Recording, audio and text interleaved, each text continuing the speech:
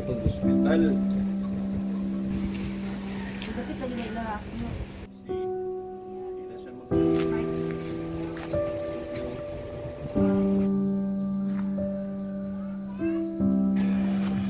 Okay, may hapon sa tanan, no.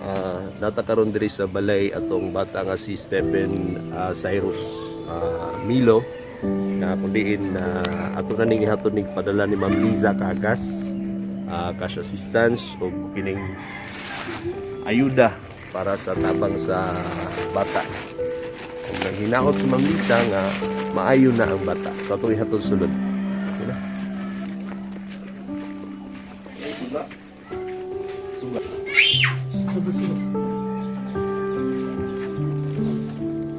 Kini pahatag sa asawa ni Mayor si Ma'am Liza Cagas food packs o financial assistance kada bala kung sa mga panginahanglan sa bata.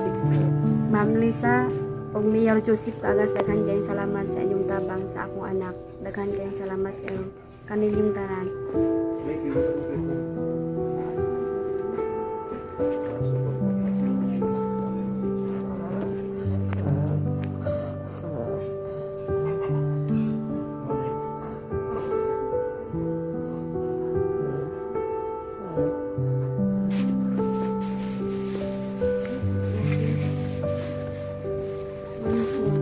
Sa iyang hubak, sa iyang ginhawa, lisod ang ginhawa niya. Sa iyang klima sa kuan. Sige, at least ka na nakatabang-tabang na umurot na. Si Ma'am Yvonne, padala po to siya og gatas. Matunang-utana ko sa imuha kung isa nga gatas. Bear brand man to no, nga junior, 1 to 3 years old. Ingon si Ma'am Yvonne, padala po siya kasi kuma. Ako siyang gikuan, gipasuhan, palitan ako siyang pampaaso para hindi na siya maglisod og ginhawa. Walang karon, okay na siya kay na paasuhan naman ako.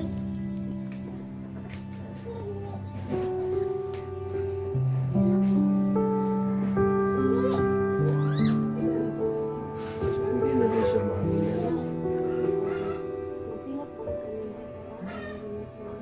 Ayaw, kaugig siya. Bakbakan.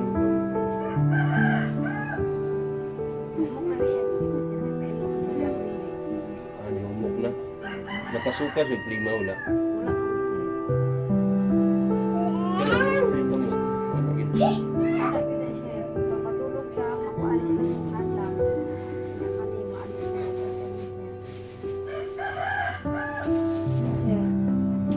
Rato rin lusi ang kanang kuan. Di ka itong kuan ba? Nebulizer. Na-receive ni mo itong kang Ma'am Portia. Salamat kay Si kuan to, taga Capitol, si Ma'am Portia Dumasig. Provincial population. Lang kay naman yung mangayo o pang Gcash. Palitra ka na.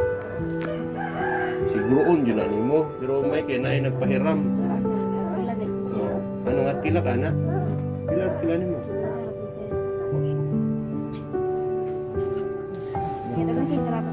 Sige, hinahinay mo.